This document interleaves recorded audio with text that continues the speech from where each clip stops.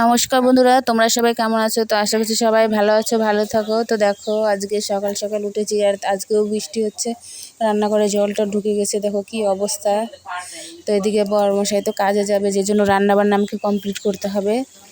তো দেখো, তো আমাদের এখানে রাস্তা দিয়ে মাছ যায়, তো সেখান থেকে একটা রুই মাছের পোনা নিয়ে এসেছিলো। তো সেটাই কিন্তু আমি রান্না করব।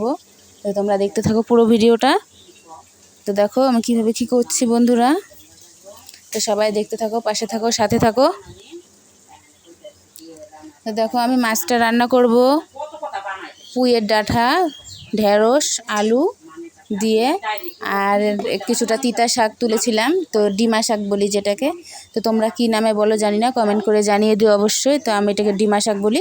তো সেই শাকটা আমি কিন্তু একটা আলু ঝুরি করে ভাজা করব।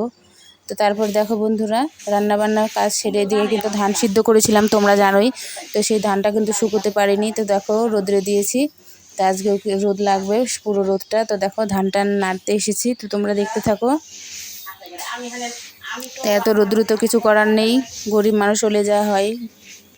তো জীবনে কাজ করেই খেতে হবে, চলতে হবে। তো দেখো ধানগুলো নাড়ছি, কতটা রোদ্রু, যার জন্য মাথায় আমি গামছাটা দিয়ে নিয়েছি। পুরো রোদ্রু লাগছে, গরম লাগছে।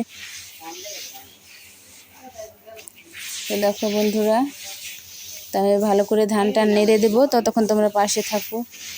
তো আমি ধানটা রোদ্রু দিয়েছি, কিন্তু একটা আমার পাশে একটা দিদি হয়, দিদি নামে ডাকি, সেই দিদিটার বাড়িতে আমি ধান রোদ্রু দিয়েছি কিন্তু। তবে সেই বাড়িটাতে ধান রোদ্রু দিয়েছি। তো দেখো ধানটা কিন্তু নাড়া আমার হয়ে গেল।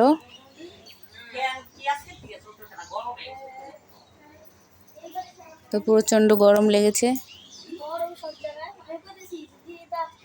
তো এখন একটু টিউবওয়েলে যাব বন্ধুরা, টিউবওয়েলে মুখটা ধুয়ে নেব আর পাটা ধোবো।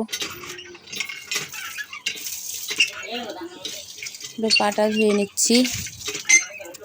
তো পাটা আমি ভালো করে ধুয়ে নেবো। তো দিদির কাছে গিয়ে একটু বসবো ঘরের মধ্যে। তো দেখতে থাকো বন্ধুরা, সাথে থাকো। ভালো লাগলে ভিডিওটি লাইক, কমেন্ট, সাবস্ক্রাইব করে দিও প্লিজ বন্ধুরা, সবাই পাশে থাকো। তো দেখো